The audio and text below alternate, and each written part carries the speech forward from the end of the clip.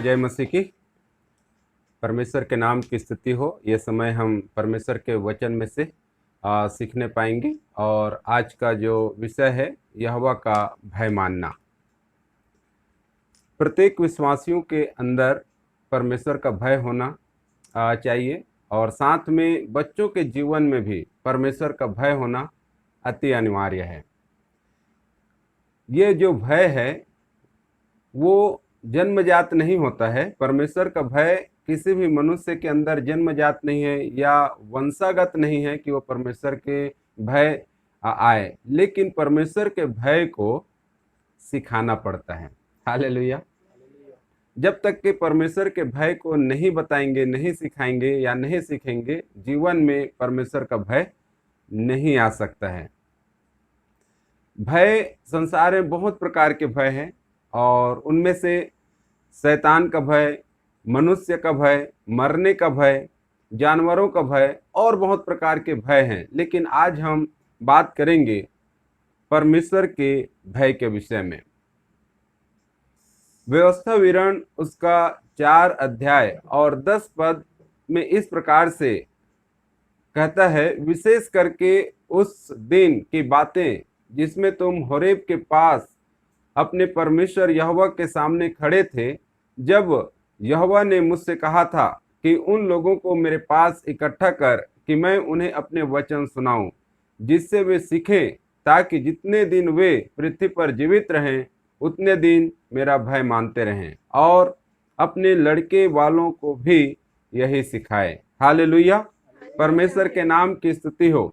यहाँ पर परमेश्वर जब व्यवस्था को दिया तो उस समय अपने भय मानने के लिए भी लोगों को सिखाने के लिए आज्ञा दिया। जैसे लिखा है, अपने वचन सुनाओ जिससे वे सीखे। वचन के द्वारा क्या सीखे? ताकि जितने दिन वे पृथ्वी पर जीवित रहे। कब तक के परमेश्वर का भय मानना है? जितने दिन एक मनुष्य पृथ्वी पर जीवित रहते हैं उतने दिन तक वो परमेश्वर का भय मानते रहें और उतने दिन मेरा भय मानते रहे, ऐसे करके परमेश्वर का वचन हमें सिखाता है। और इतना ही नहीं, परंतु अपने लड़के वालों को भी भय मानना सिखाएं। हालेलुया। कई बार हम अपने बच्चों को परमेश्वर का भय मानना नहीं सिखाते हैं, परंतु क्या करते हैं, हम अन्य प्रकार के भय को सिखाते हैं। जब बच्चे रोते हैं तब उसको किसका भय दिया जाता है? मैं कई माता पिता के मुंह से सुना हूं, शैतान आ जाएगा या फलाना व्यक्ति आएगा तुझे मारेगा, या और उनको भयभीत करते हैं, या और कुछ ऐसा है, बिल्ली आ जाएगा, यदि रो रहा है तो कुत्ता आ जाएगा। इस प्रकार के माता पिता क्या करते हैं, बच्चों को भय देते हैं। उन्हें सिखाते नहीं है परमेश्वर का भय, परंतु अन्य भय को जो जरूरत नहीं है, जिसके कारण वो बच्चे और भी हठीला और जिद्दी उसके अंदर पनपता है, ऐसे भय को माता पिता सिखाते हैं। लेकिन उसके बजाय परमेश्वर के भय को सिखाना चाहिए।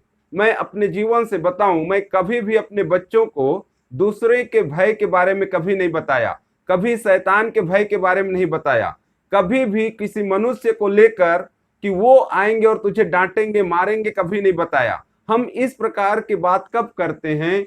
जब हम अपने बच्चों को संभाल नहीं पाते हैं, उनको नियंत्रण नहीं कर पाते हैं, तब हम दूसरे के ऊपर लेते हैं कि वो तुझे आके क्या करेगा, ऐसे डांटेंगे मारेंगे तब तू सीधा हो जाएगा। माता पिता क्या अपने बच्चों को सही रास्ते में चलने के लिए सामर्थ्य नहीं है क्या? दूसरों का क्यों भय देते हैं?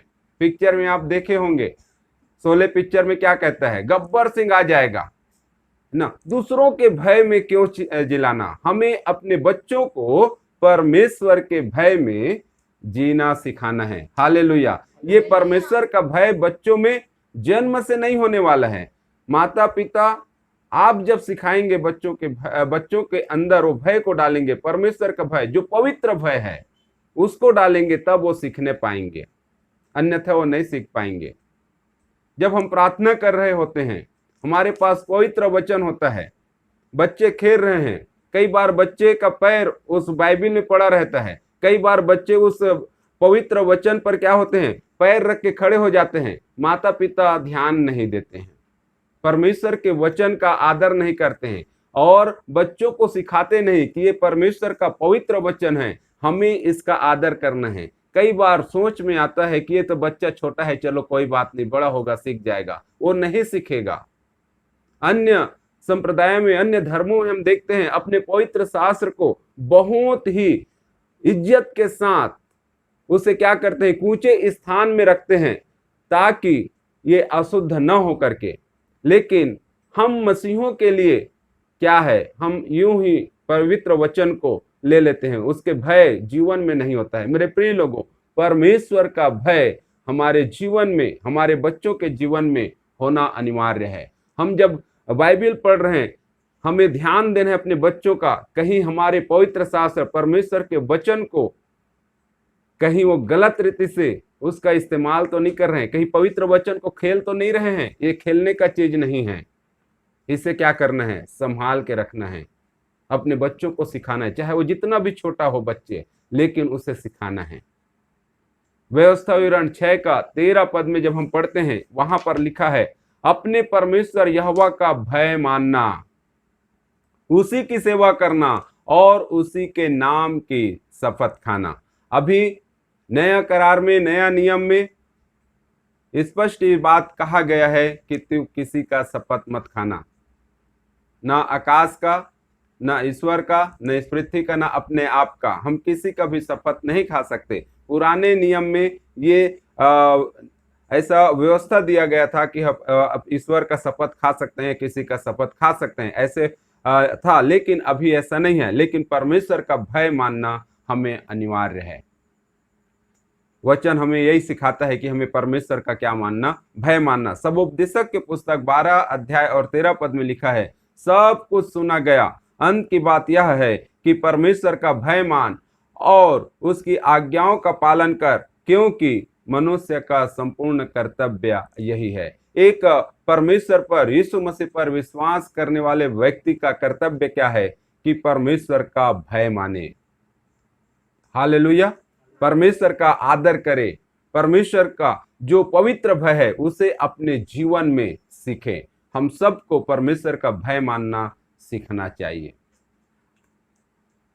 इब्राहिम के विषय में जब हम देखते हैं, इब्राहिम के जीवन में जब वो भय खत्म हो गया, इसलिए कि उस जगह पर इन्होंने सोचा कि वहां पर शायद परमेश्वर का भय मानने वाला नहीं होगा।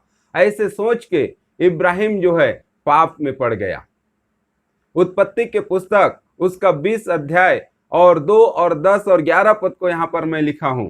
वहां पर 2 पद में लिखा है, इब्राहिम अपनी पत्नी सारा के विषय में कहने लगा कि वह मेरी बहन है।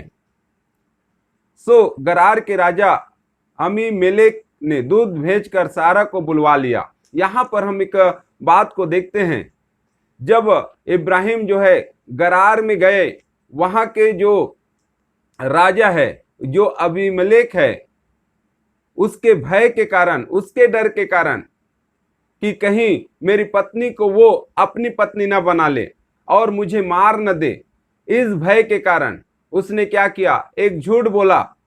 और उसने ये झूठ बोला कि सारा जो है मेरी पत्नी नहीं, मेरी बहन है।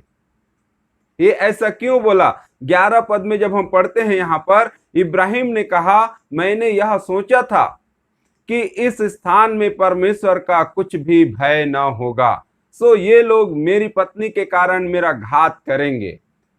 कई बार एक्स्ट्रा अलग से हम सोच लेते हैं दूसरे मुल्क के बारे में, दूसरे व्यक्ति के बारे में, दूसरे लोगों के बारे में, और हम उस सोच के अनुसार से कार्य करना चालू करते हैं, जबकि वो सोच जो है हकीकत से, सच्चाई से कोसों दूर रहता है। इब्राहिम ने सोच लिया कि गरार में परमेश्वर का भय नहीं होगा। वो लोग परमेश्वर को नहीं जानते, ईश्वर को नहीं जानते, और वो भी गरार में हैं, तो शायद इनका भी ऐसा विचार आ गया होगा कि मैं यहां पर झूठ बोल सकता हूं, क्योंकि परमेश्वर को ये लोग जानते नहीं, परमेश्वर यहां पर नहीं है। कई बार इस प्रकार के सोच के कारण मनुष्य और मैं बात करूंगा विश्वासी लोग जो परमेश्वर के कहलाए जाते हैं, वो लोग पाप में पड़ जाते हैं। कारण क्या है? परमेश्वर का भय जीवन से निकल जाता है। जैसे इब्राहिम के जीवन से उस समय परमेश्वर का भय निकल गया था और वो सोचने लगा कि ये गरार में तो परमेश्वर का भय नहीं होगा, और इसलिए वो इस प्रकार के कार्य को किए, झूठ का सहारा लिया। मेरे प्रिय लोगों, सच्चाई से हमें कभी हटना नहीं है। परमेश्वर के भय में निरंतर चलने की हमें जरूरत है। पहली जो बातें मैं बताना चाहता हूं, परमेश्वर का भय माने यह परमेश्वर की आज्ञा है। अभी परमेश्वर के भय के बारे में हम जब बात कर रहे हैं, ये मनुष्य की बातें नहीं हैं, कोई पास्टर की बातें नहीं, कोई सेवक की बातें नहीं हैं, परंतु किसकी बातें? ये परमेश्वर की बातें हैं। और परमेश्वर ये चाहता है कि हर एक परमेश्वर के लोग, हर एक इस पृथ्वी के लोग परमेश्वर का भय माने। ये परमेश्वर की इच्छा है और उन्होंने ये आज्ञा को दिया। व्यवस्था विवरण उसका 13 अध्याय और 4 पद को जब हम पढ़ते हैं, यहां पर इस प्रकार से लिखा है, तुम अपने परमेश्वर यहोवा के पीछे चलना। क्या करना? इस्राएली लोगों को परमेश्वर इस प्रकार से कहता है कि अपने परमेश्वर यहोवा ही के पीछे चलना। आज कितने लोग हैं जो परमेश्वर के पीछे, यीशु मसीह के पीछे चल रहे हैं? हमारे लिए आज्ञा है कि हम केवल परमेश्वर के पीछे, यीशु मसीह के पीछे हम चलें और क्या करें? उसका भय माने। हालेलुया! पीछे चलते हुए उसका भय माने और उसकी आज्ञाओं का पालन करें और उसका वचन माने और उसकी सेवा करने और उससे लिपटे रहने पाए। ये परमेश्वर का क्या है? आज्ञा है। किसके लिए? सारे मानव जाति के लिए, हर एक मनुष्य के लिए। वो संसार में जो परमेश्वर को नहीं जानते हैं वो एक अलग स्तर पर है, लेकिन जो परमेश्वर को जानते हैं, यीशु मसीह के नाम से पाप की क्षमा को प्राप्त किए हैं, यीशु के लहू से धोए गए हैं, उस व्यक्ति के लिए जो यीशु मसीह कलवरी क्रूस पर अपने पवित्र लहू को बहाए हैं और उस पर विश्वास किए हैं, ऐसे व्यक्तियों के लिए परमेश्वर का ये आज्ञा है कि परमेश्वर का वो भय माने और स्वयं भी भय माने और अब किसी से अपने बच्चों को भी भय मानना सिखाए। हालेलुया! नया नियम में भी हम इस बात को देखते हैं। प्रेरितों के पत्री उसका 9 अध्याय और 31 पद को जब पढ़ते हैं, यहां पर लिखा है, सो सारे यहूदिया और गलील और सामरिया में कलीसिया को चैन मिला और उसकी उन्नति होती गई और वह प्रभु के भय और पवित्र आत्मा की शक्ति में चलती और बढ़ती जाती थी। हालेलुया! ये सिर्फ पुराने करार, पुराने नियम की बातें नहीं, परंतु नया नियम में हम प्रेरितों के पुस्तक में भी पत्री में पढ़ते हैं कि प्रभु का भय मानने वाले लोगों के जीवन में परमेश्वर अद्भुत कार्य किया, पवित्र आत्मा की शक्ति उसके जीवन में कार्य किया, जिसके कारण से वहां की कलीसिया उन्नति करते चले गए। उसका मुख्य कारण है कि ये प्रथम शताब्दी के कलीसिया परमेश्वर का भय मानने वाली कलीसियाएं थी। हालेलुया!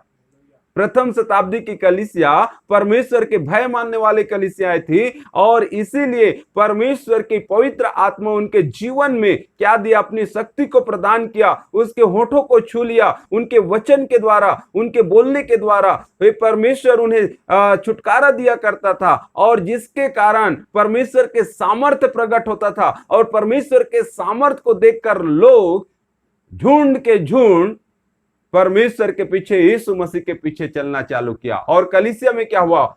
बढ़ोतरी होते चले गया। मेरे प्रिय लोगों, आज की कलीसिया, आज के विश्वासियों में भी प्रथम शताब्दी के समान परमेश्वर का भय आना अनिवार्य है।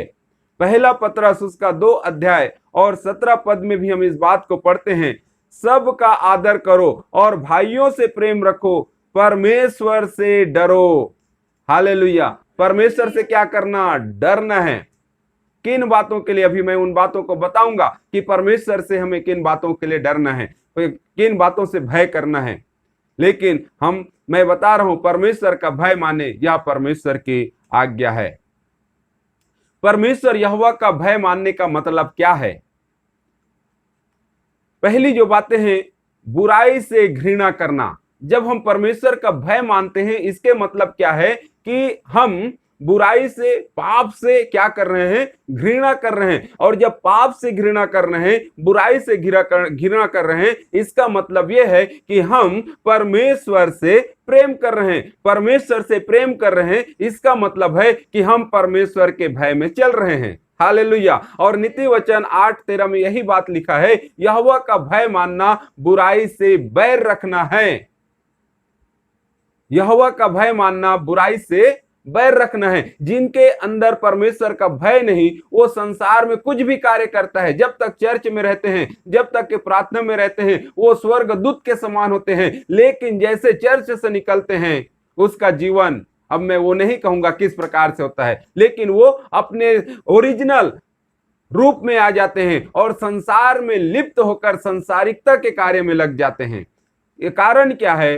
कि वो व्यक्ति के जीवन में परमेश्वर का भय नहीं है, परमेश्वर का प्रेम नहीं है। इसलिए वो बुराई से घृणा नहीं, परंतु बुराई से प्रेम करके रखा हुआ है, अपने पास बटोर के रखा हुआ है। लेकिन मेरे प्रिय लोगों, यहोवा का भय मानने का मतलब है कि बुराइयों से अलग रहना, बुराइयों से घृणा करना।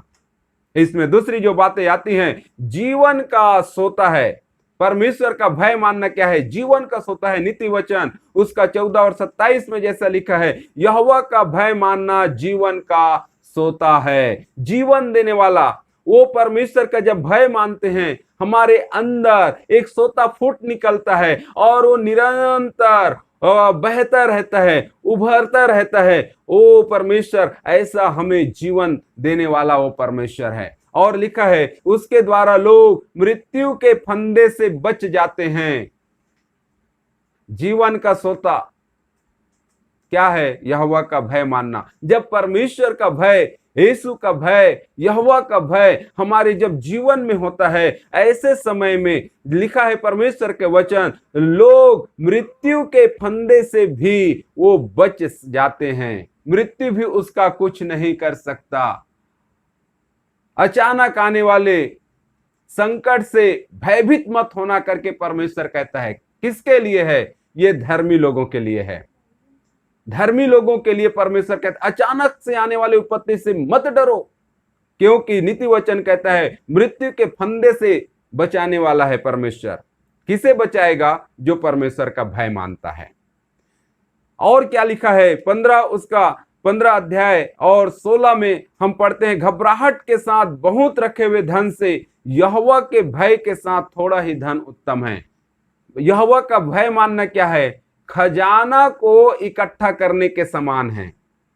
संसार में बहुत सारे लोग हैं जिसके पास वो पैसा को इकट्ठा कर रहे हैं, बैंक में इकट्ठा कर रहे हैं और कहीं कहीं कहीं कहीं इकट्ठा कर रहे हैं। लेकिन अच्छी बात है, भविष्य के लिए कर रहे हैं, इसमें कोई दो राय नहीं है। लेकिन उससे भी और अच्छी बात क्या है?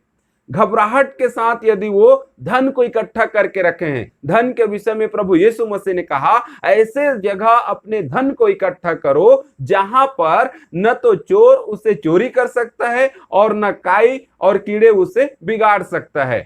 तो संसार में घबराहट के साथ, अरे यहां धन रखा है तो क्या हो जाएगा, कोई रात को नींद नहीं पड़ रहा है, कहीं चोर आके चोरी करके ना ले जाए।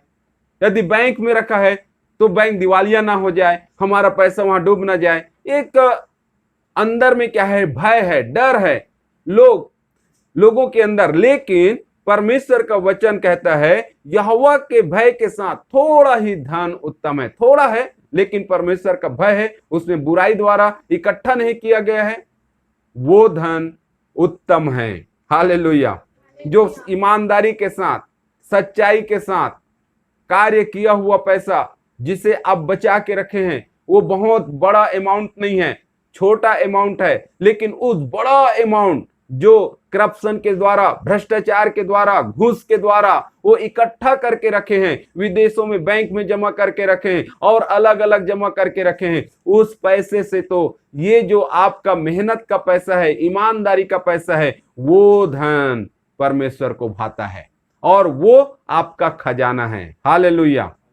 कितने लोग हैं जो धन इकट्ठा करने के चक्कर में परमेश्वर के लिए भी वो अलग नहीं कर पाते हैं, पैसा भेंट नहीं दे पाते हैं। अरे इतना दे देंगे तो हमारे पास क्या बचेगा।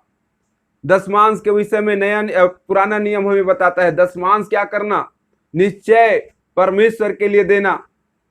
लेकिन आज दशमांश भी लोगों के पास से निकल नहीं रहा है। कारण क्या है, वो धन से, पैसा से क्या करके रखा है, प्रेम करके रखा है। और मैं इसके पिछले संदेश में बताया था, धन का लोभ, रुपये का लोभ सब बुराइयों का जड़ है। मेरे प्रिय लोगों, हमें परमेश्वर से प्रेम करना है, परमेश्वर के भय में रहना है। और जब परमेश्वर के भय के साथ जब हम काम कर रहे होते हैं, यदि आप मेहनत के साथ कमा रहे हैं और सच्चाई के साथ परमेश्वर के जो हिस्सा है उसे अलग कर रहे हैं, वो आपके लिए सर्व उत्तम है, वो आशीष है। न कि परमेश्वर के लिए जो रखा हुआ है, परमेश्वर का भाग है, उसको भी आप अपने खर्चे के लिए इस्तेमाल कर रहे हैं, वो उसमें आशीष नहीं है। परमेश्वर का जो हिस्सा है उसे परमेश्वर के लिए इस्तेमाल करें।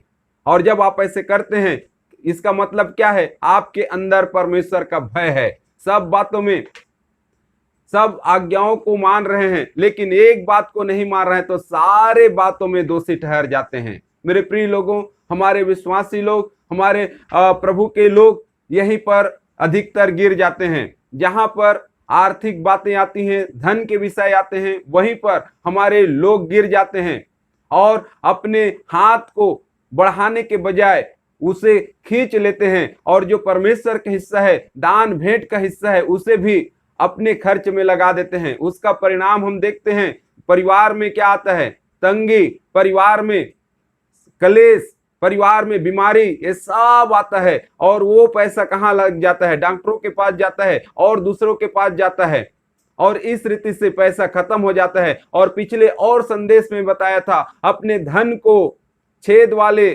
थैली में क्या करके रखे हो, डाल के रखे हो, और वो छेद वाला थैली क्या करता है, धीरे धीरे टपकता चला जा रहा है, पता नहीं लगता है। पास्टर के पास फोन आता है, पास्टर जी हमारे पास इतना हम काम करते हैं, हमारे पास कोई पूर्ति होता नहीं, सब पैसा खर्चा हो जाता है।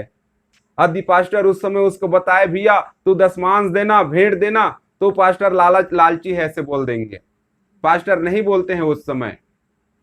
मेरे प्रिय लोगों, ये अभी खजाना के विषय में बात आया तो मैं इस बात को बता रहा हूं, जो आप काम करते हैं, कम से कम 10वां हिस्सा परमेश्वर का है। आप 10वां हिस्सा निकालिए। दान अलग है, लेकिन 10वां हिस्सा जरूर से आप निकालिए। दान उसी 10वां हिस्सा से मत दीजिए, अलग से आपकी कमाई से दान होना चाहिए, लेकिन दशमांश आपके कमाई का पूरा 10वां हिस्सा आप निकालिए। हालेलुया। मेरा विषय ये नहीं है, मेरा विषय है परमेश्वर का भय।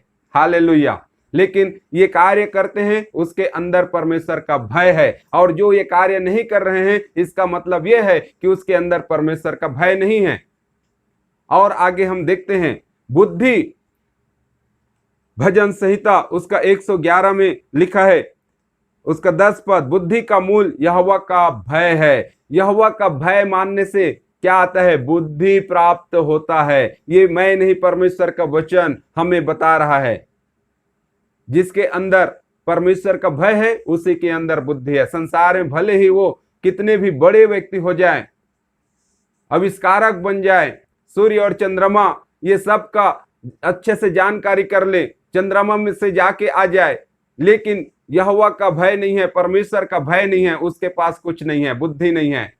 वो उस बुद्धि को स्वीकार नहीं कर पाया। जो बुद्धि आपने इस समय स्वीकार की, वो बुद्धि क्या है, यीशु मसीह को आपने मुक्तिदाता के रूप में स्वीकार कर लिया है। ये सबसे बड़ी बुद्धिमत्ता है। हालेलुया। क्योंकि आपने इसी जगत के लिए नहीं, परंतु आने वाले अनंत जीवन के लिए आपने यीशु मसीह को स्वीकार कर लिया है। मेरे प्रिय लोगों, जो वैज्ञानिक है, जो अन्य प्रकार के बड़े बड़े लोग हैं, वो शायद यीशु मसीह को यदि ग्रहण नहीं किए हैं, वो इस संसार के ज्ञान को तो प्राप्त कर लिए, लेकिन बुद्धि को प्राप्त नहीं किए हैं। बुद्धि का मतलब परमेश्वर का भय मानना है। हालेलुया। और उसके अंदर परमेश्वर का भय नहीं है, तो उनके पास जीवन नहीं है। वो यही सब चीज जानकारी करके यही मर मिटेगा, जैसे अन्य और जीव जंतु मर जाते हैं, नष्ट हो जाते हैं, वो भी नष्ट हो जाएगा यहाँ पर, लेकिन उसकी आत्मा कहाँ जाएगा, वो परमेश्वर सब कुछ जानता है। हालेलुया। आगे हम बढ़ेंगे तो यहोवा का भय मानने का मतलब अभी मैं बताया, बुराई से घृणा करना, वो जीवन का सोता है, खजाना है, और वो बुद्धि है। परमेश्वर का भय मानने का कारण हम क्यों परमेश्वर का भय माने?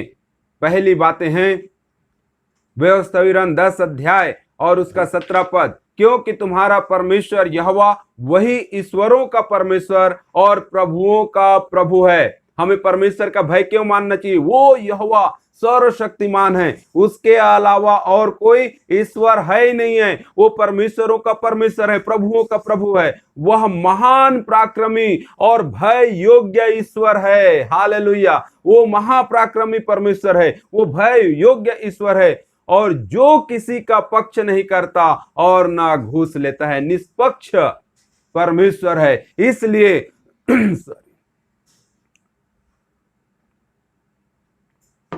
इसलिए हमें क्या करना? परमेश्वर के महानता के लिए परमेश्वर का भय मानना।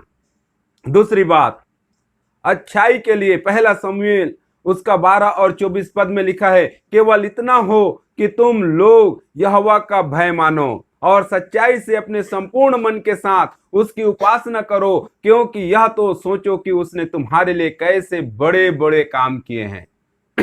परमेश्वर भला है, परमेश्वर अच्छा है। सोचिए, मैं और आप, हर एक संसार के मनुष्य पाप के कारण नरक में जा रहे थे।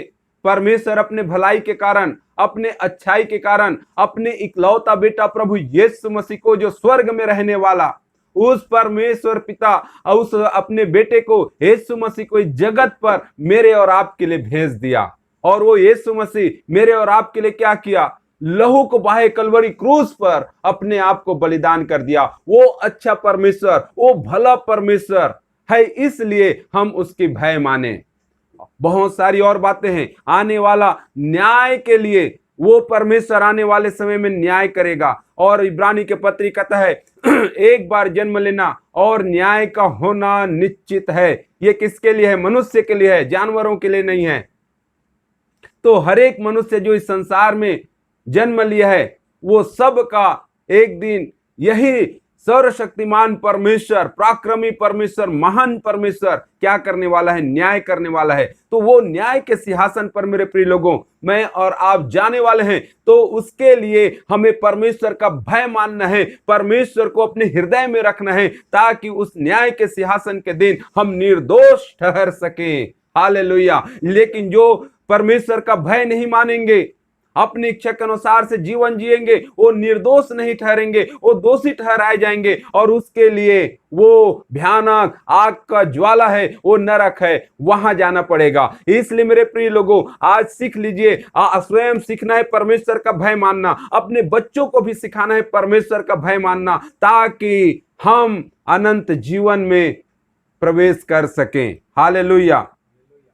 मैं आज विशेष इस बातों को मेरे मन में आया कि मैं इन बातों को सिखाऊं, बताऊं। मेरे प्रिय लोगों, और भी विषय है, लेकिन समय हो गया है, इसलिए आगे मैं नहीं बढ़ूंगा। और परमेश्वर के भय को आप सब लोग सीखें और अपने जीवन में उसे अमल करें और परमेश्वर के मार्ग में निरंतर चलते रहें। आप स्वयं सीखें और अपने बच्चों को भी सिखाएं। परमेश्वर इस भागों के द्वारा, इस वचन के द्वारा हम सबको आशीष प्रदान करें।